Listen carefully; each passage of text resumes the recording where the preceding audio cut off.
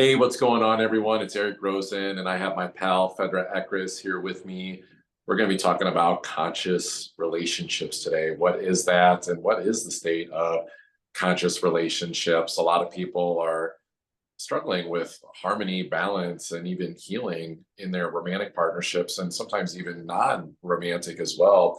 So, Fedra and I have collaborated before on some really cool topics here in the past, and so we're getting back together. It's like a really cool band reunion where we're gonna guitar riff and bang some drums and talk about some really cool stuff, especially on the subject of relationships. And so this is definitely a good segment, a good resource, a free resource for anyone that's like looking for tidbits and insight on what they can do in their relationships. And of course, if anyone ever needs help on a deeper level, Fedra and I are also practitioners as well. We're basically coaches.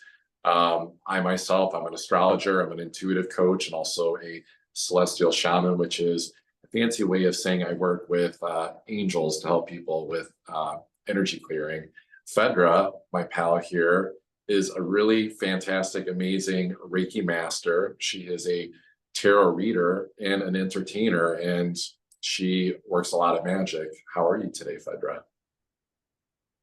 Very, very good. I'm so excited that we're finally starting this. We've talked about it so many times of all these different topics and relationships. So happy to be here. Yeah, me too. It's really funny because there's this phenomenon, uh, and you can share, Fedra, like if you this experience is same for you, but it's like when I say I'm going to go like do something or do an offering or talk about something, there's a rite of passage that comes right off the bat where I'm like, oh, I've got to be initiated even more so in the thing that I'm about to talk about so that that authentic role modeling can really be there. So it was almost immediate. There was a couple delays that you and I had like starting this because it's like, oh, now I have this relationship thing. I have this relationship thing that were coming up that I needed to look at in order to not only speak from that more authentic place, but also to make sure that I wasn't projecting from my own personal experience too, and actually be able to stay like objective and just look more at a macro view of what I see going on relationships. So has that been kind of like a similar experience for you, or how's that land?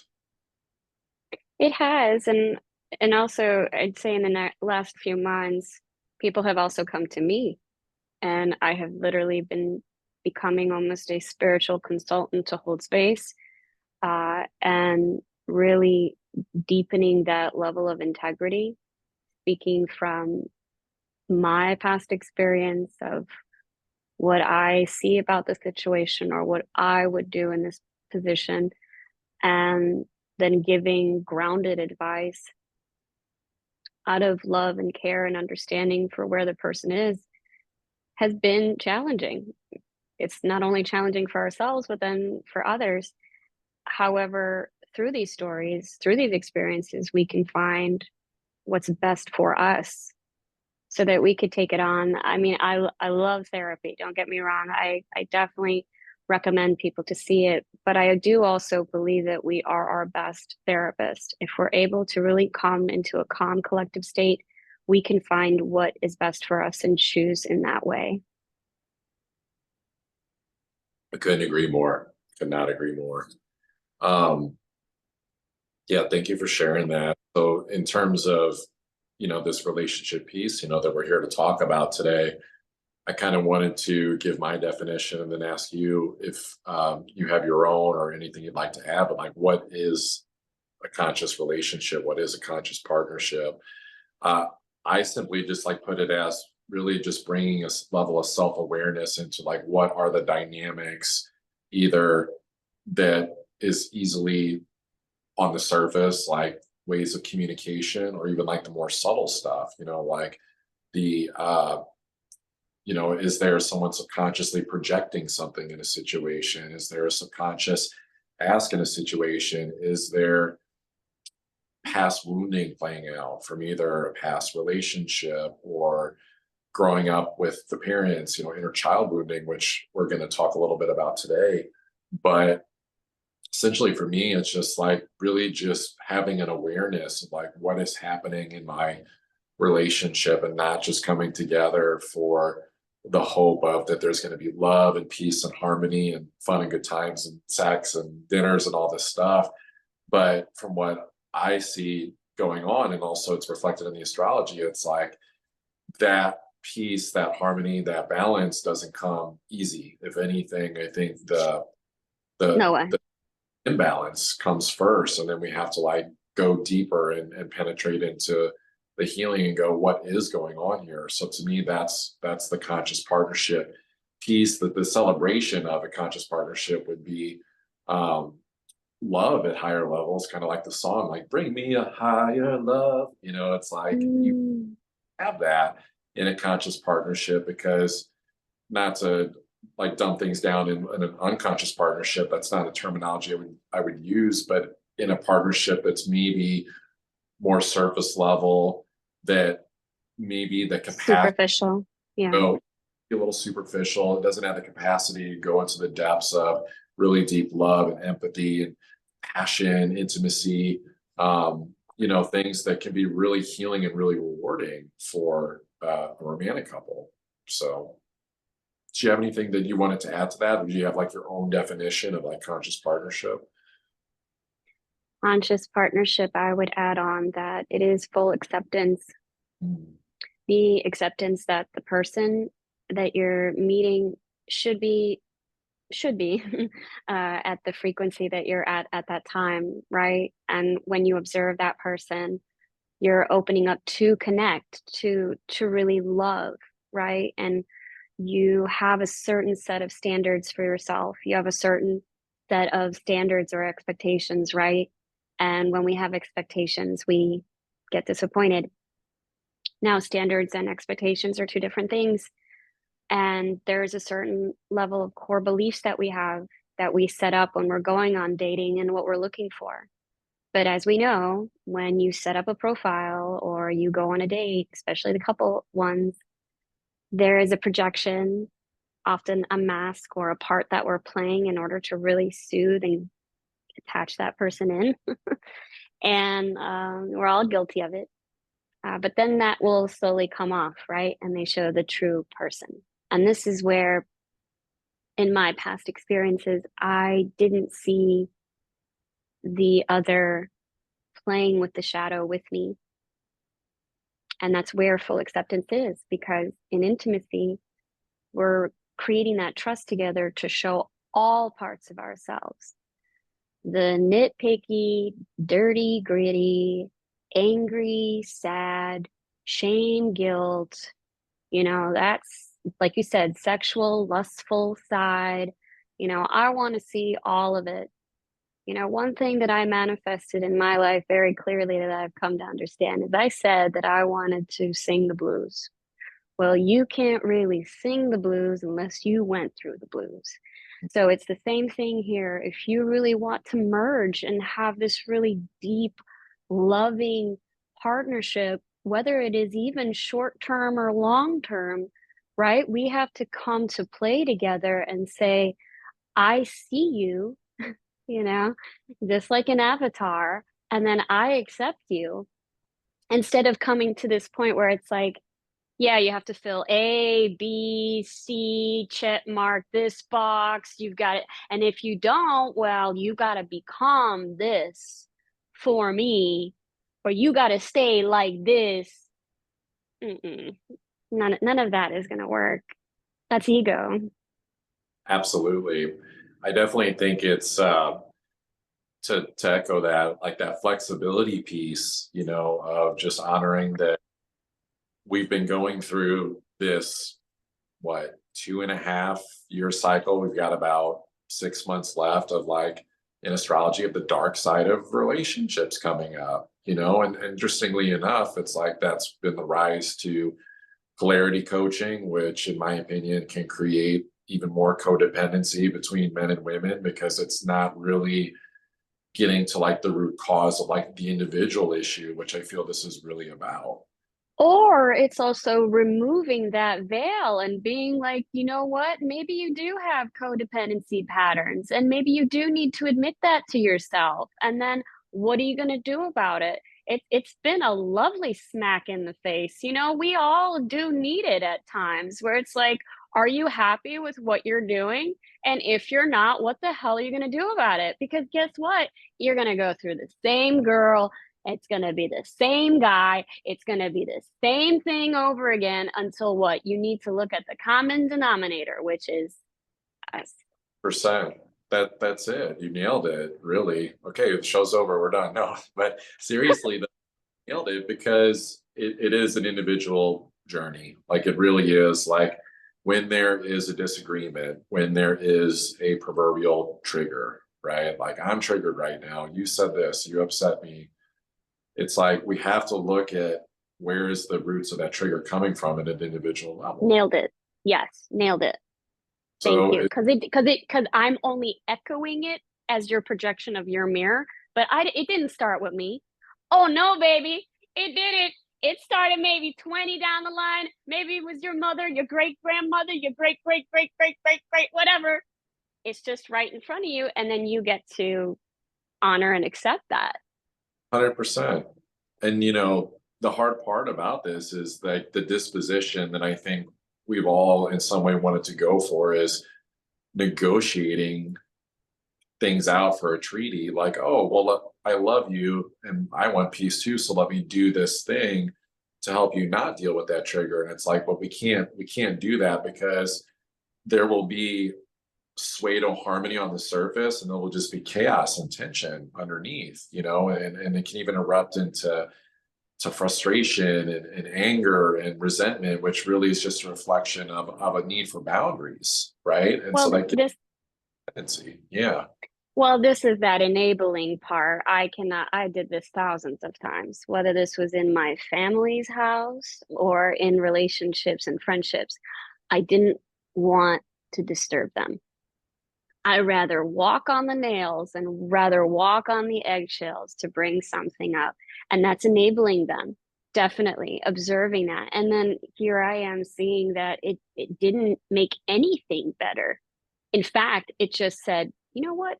Just swallow it again. Just swallow that shit. Just bring Yeah. it. Like I almost started turning into a man. No offense on the pun, but it was like, fine, I'll just bury it down deep inside. And you know what? I'll go to the bar and I'll have a drink I just to get it. like get it out of my head. Like, but that's again enabling in that codependency way of not addressing conflict, not stressing your boundaries. And if your boundaries were crossed, if you were triggered, what happened there? What was the innate, how could I have responded differently instead of either reacting from a sense of an attack or instead of pulling inward?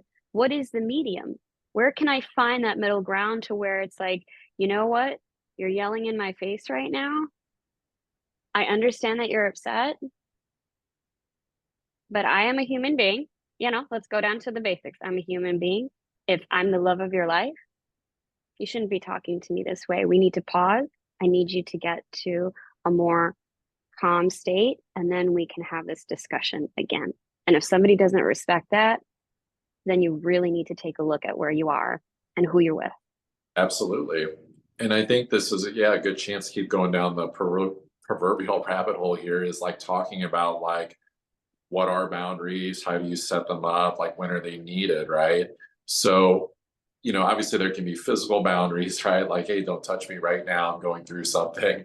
But there's also like, the energetic boundaries, right? Of like, it could be, hey, I just need energetic space right now. I need to just like go process something. I need to go process this trigger. I need some alone time. I need some time in solitude or silence. I need time with my friends, and like don't be like blowing up my phone like when I'm out or something. Like, but it's like, where do these boundaries come in?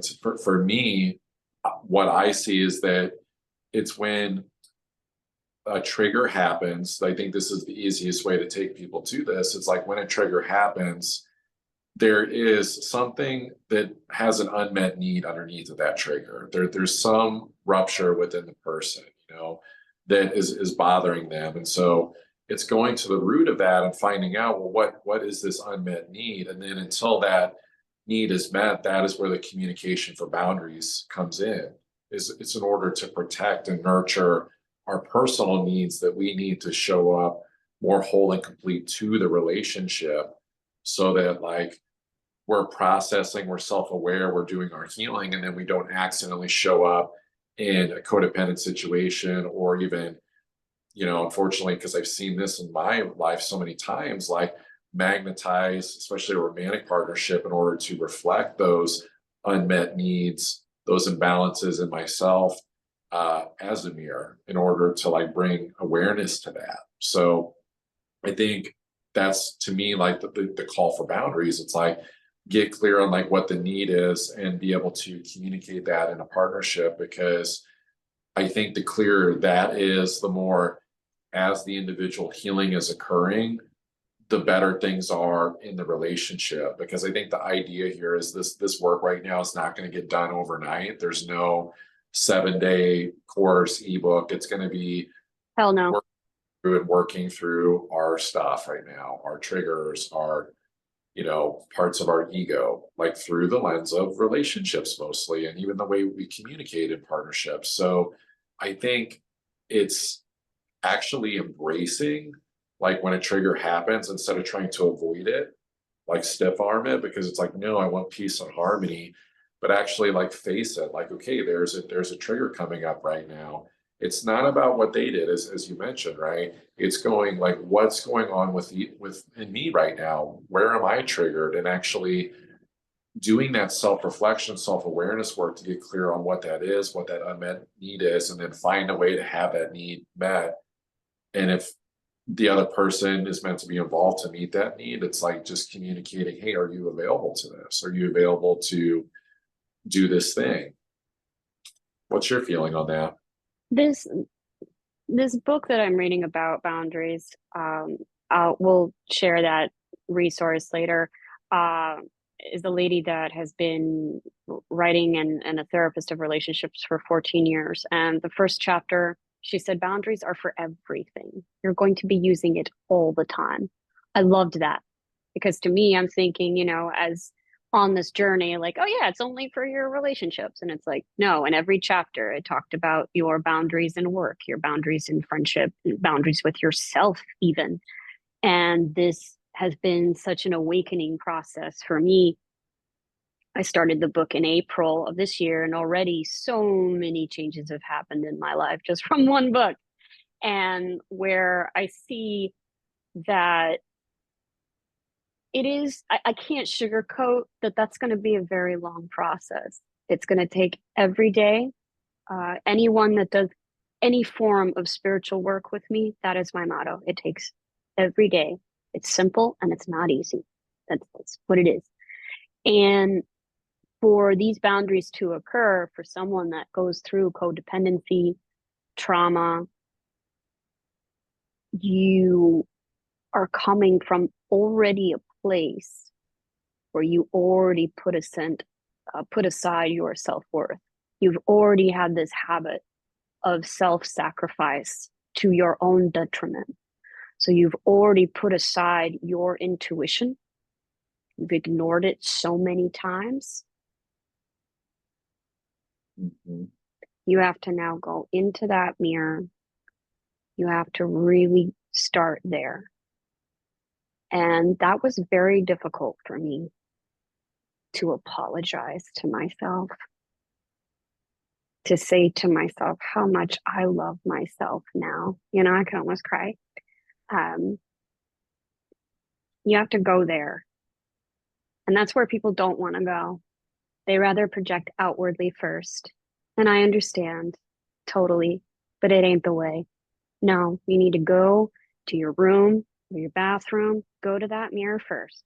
Then, when you start to do that, you can then sit down with yourself. And because I'm a writer, I love to write it out. Ask those questions to yourself, even a little bit every day, of what boundaries you want. In my phone, in my Google Calendar, I have, what is the one most loving thing you can do for yourself today?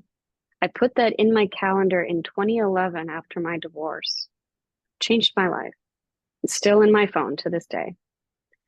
And I won't take it off because it's something that, again, we need to ingrain in us.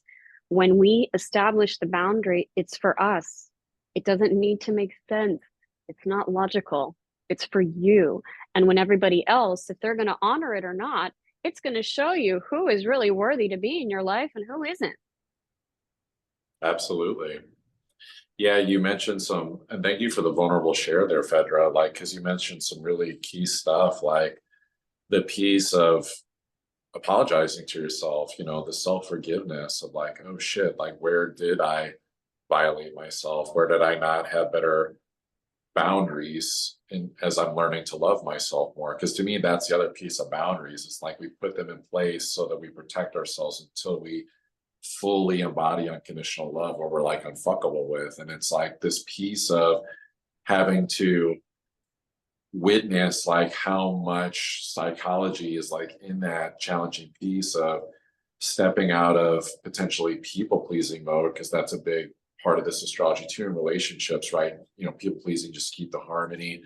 And to create those boundaries, to discover and meet those unmet needs is a risk. That is a safety risk to the psychology, right? Because it's like, oh shit, well, if I don't do this for this person, are they going to reject me? Am I going to be alone? Right? Like it's intrinsic that we need connection, as human beings, right? Like we're not meant to live isolated, our entire lives, right? So when we go on this, that's why we say relationships are for growth. It's because we have these mirrors.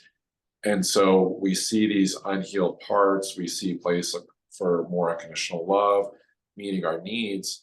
But then to go and do that means that we're putting ourselves first, because that's the most important piece of this, right? It's okay to be selfish in the sense of like, I'm healing, let me put myself first. It's not a big F you.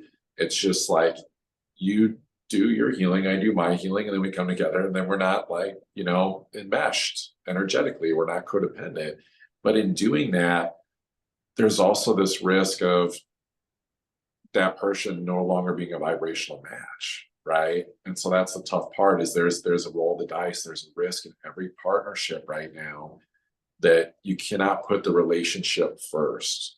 You have to put you and what you want first, and trust that if both parties are leading together in terms of their healing, and that there's a matching value system, if it's meant to be like a vector, they will continue to travel in the same direction together. And that breaks up the codependency. It's like, cool, we're traveling companions on this crazy, planet that's just like orbiting in the middle of space. Like, and just that's the journey to me. It's not the Cinderella story. It's not any of that. It's a redemption story of at a soul level of the person, and trust relationships that are meant to come in on that journey. And it's not that there's not love or deep bonds that are shared. It's just they're shared from a more authentically healed space of detachment. I just want to go back to selfish. Selfish is when you really don't care about anybody else but yourself.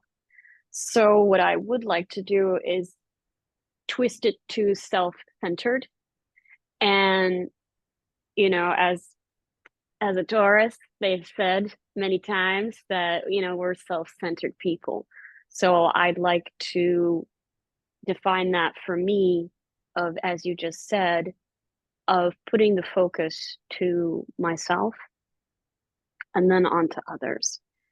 And I agree with you of that choice in this life. If you wish to have a relationship with someone long term, to walk a path together, you have that ability. Because, we're here talking about relationships, I really want to broaden it out for a second, because not everybody's going to be in a relationship. Sure. Not everybody's going to get married. Some people are going to do Commonwealth, LGBTQ, and other communities have very unconventional, avant-garde relationships that I may not attribute to, I really respect. And though I may never understand it, I honor it as well. And this is where, when you decide to walk a path alone or together or with multiple, partners, this is where the boundaries, where honoring yourself, honoring your sovereignty on how you wish to fulfill your life. What's going to fulfill you? And within that, it's understanding yourself, deepening yourself. What is your purpose? What meaning are you providing for yourself? And then the meaning into that relationship. I'm a hopeless romantic. I have loved romantic films. I used to be such a Disney fan, not so much anymore. And all of the Disney films that I liked, I never thought that any of the princesses were in distress. I really saw them as just being wooed by a prince or whatever male character, right? And that happily ever after for me was this partnership that was magical, that had a bond like no other. When I saw in these Disney films, it was like he saw her and she saw him, and they just couldn't resist, right? They just like clicked, and it was like, that's the end of that, folks. It's them together on their journey, and it was just like, man, that would be great. That would be so great.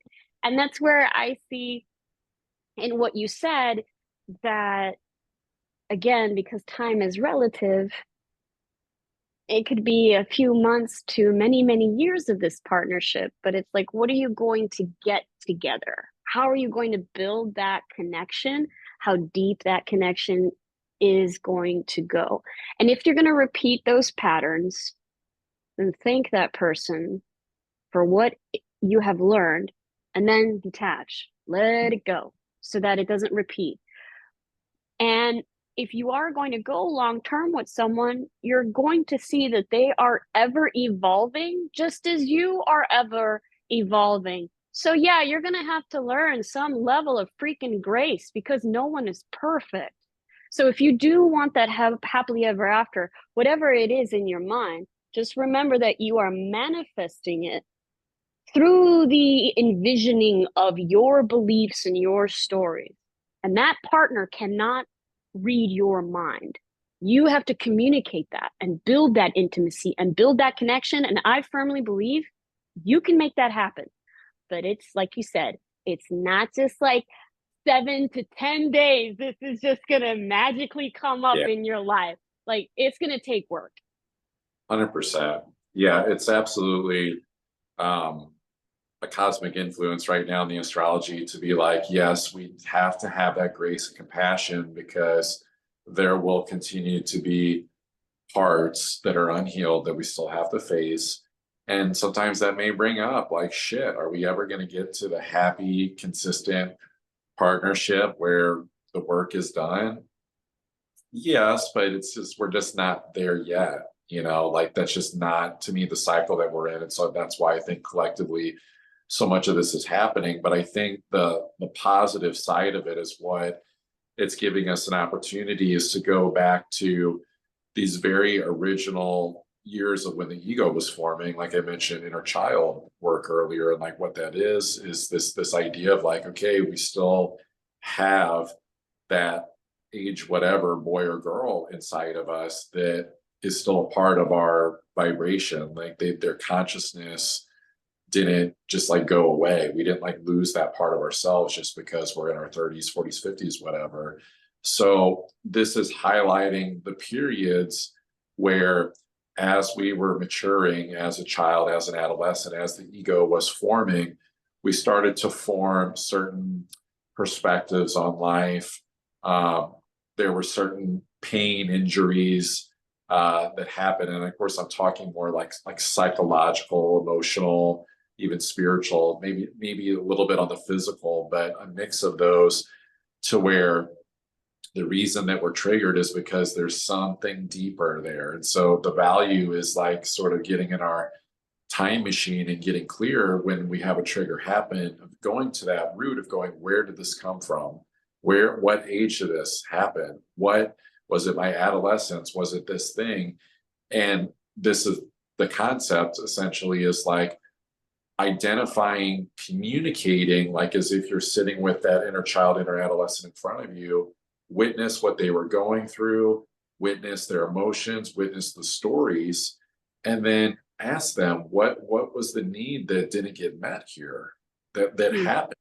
And then literally in this present moment in time, traveling back in this memory, you can give them that need energetically in the moment. Oh, you needed compassion. Oh, you just needed someone to hear you. Okay, I will listen to you. And so, like, spiritually speaking, when people say that the present moment can change the past and the future, this to me is like what we're talking about, which is like this, some people call it defragmentation work, where it's like we're fragmented in our persona and our psychology from these early areas of life, and it shows up in relationships because of the mirroring, right? We get close to someone and we start to see these parts, like you called them, mask, like the different personas that we wear. And so it's like, cool, trigger, go deep into it when it happens in the relationship, take space, do what you have to do, and go meet that unmet need to heal that. Because until it is, you and I both know this, right? That trigger will never go away. It will just keep happening.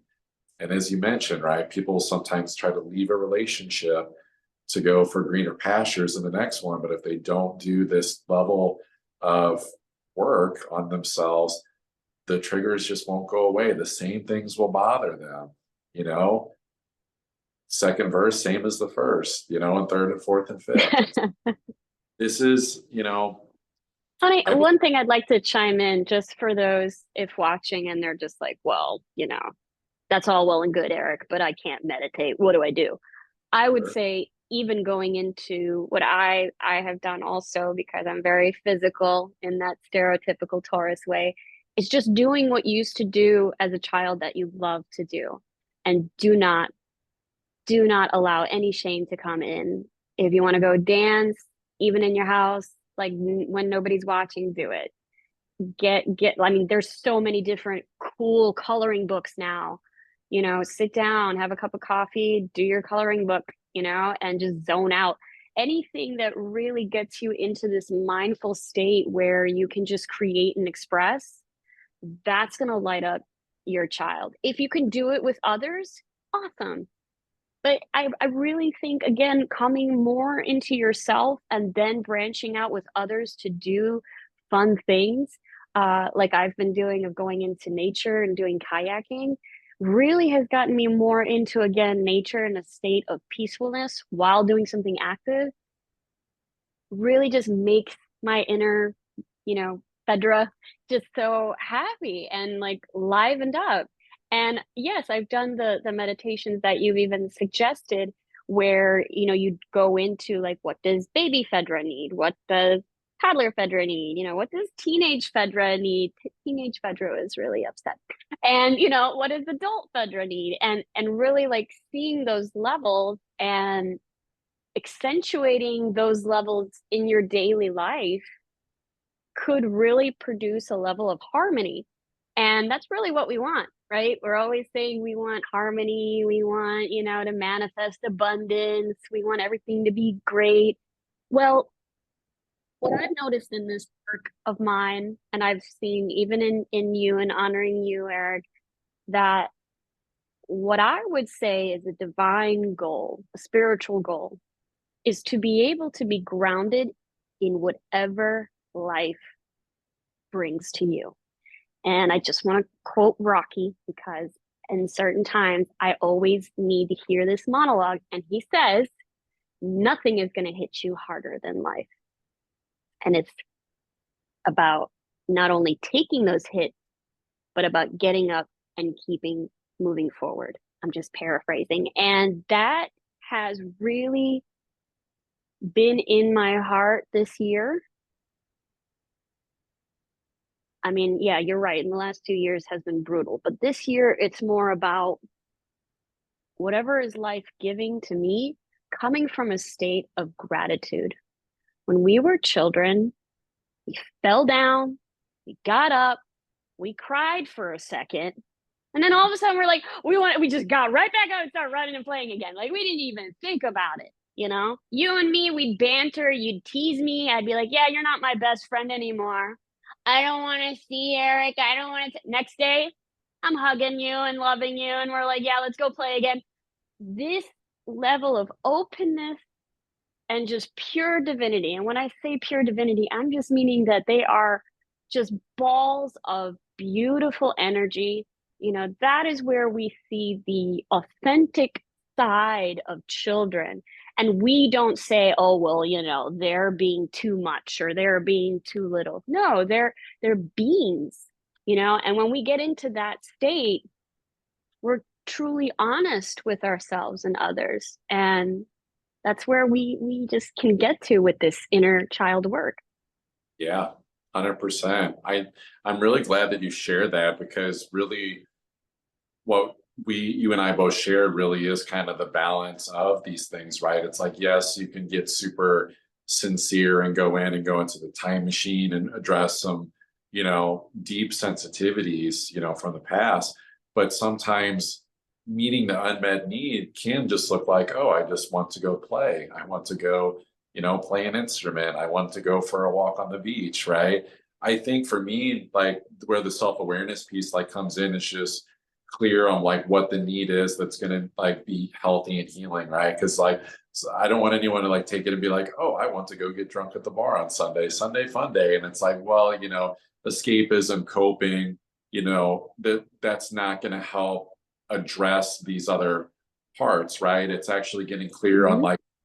like what is that need. And so what I wanted to kind of finish with, Fedra, was like, just for anyone, either whether it's like new ideas for people, whether they're intermediate, expert, or just even beginner, what are some ways that people can get started, even just like on this journey of even developing self-awareness and seeing what the need is? Because you're right, like going into these meditations, getting clear on like what a need is, like generating just self-awareness in the first place is definitely a life skill, because chances are there's been quite a bit of reinforcements throughout our lives, whether from caregivers, schooling systems, public schooling, just various areas that's taught us to maybe suppress our self-awareness essentially in order to kind of like fit into the drum line of like how things are desired to go by someone else. So any suggestions that you have for people? I know I have my own, but like just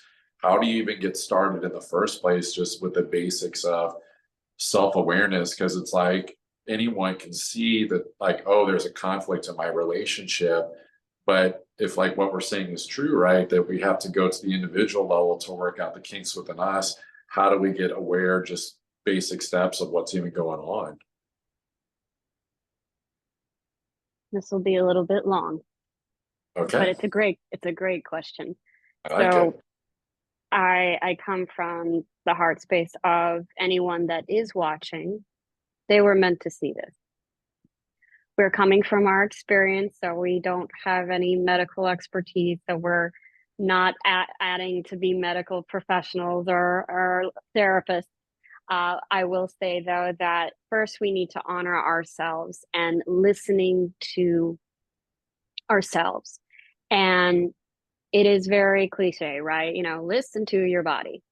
Mm, take inventory. Make an inventory of your life right now and see what you are truly nourished in and satisfied with, and what are you not? Is that work? Is that family connection, relationship, hobbies, whatever, right? And then honor your roots, culture, and spiritual belief. I believe in God, universe, source, collective consciousness. I honor my ascended master, Jesus, personally. So, those of you in spirituality, hone into what your value and belief is and begin to dive into that, whether that's prayer, meditation, books on that subject.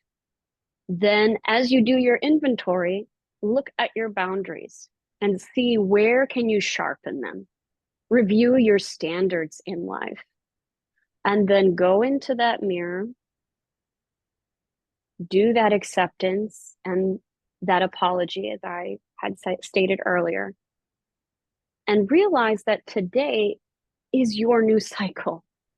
We have some time before this year ends.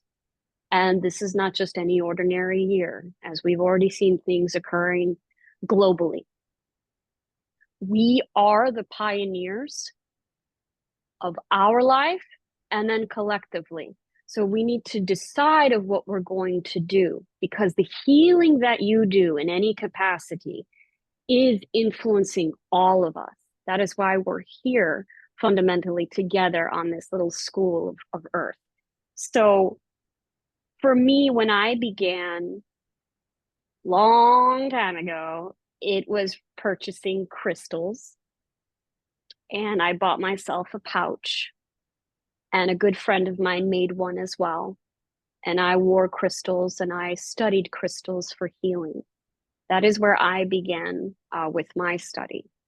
So anything physical and grounding, if that helps you, that helps you.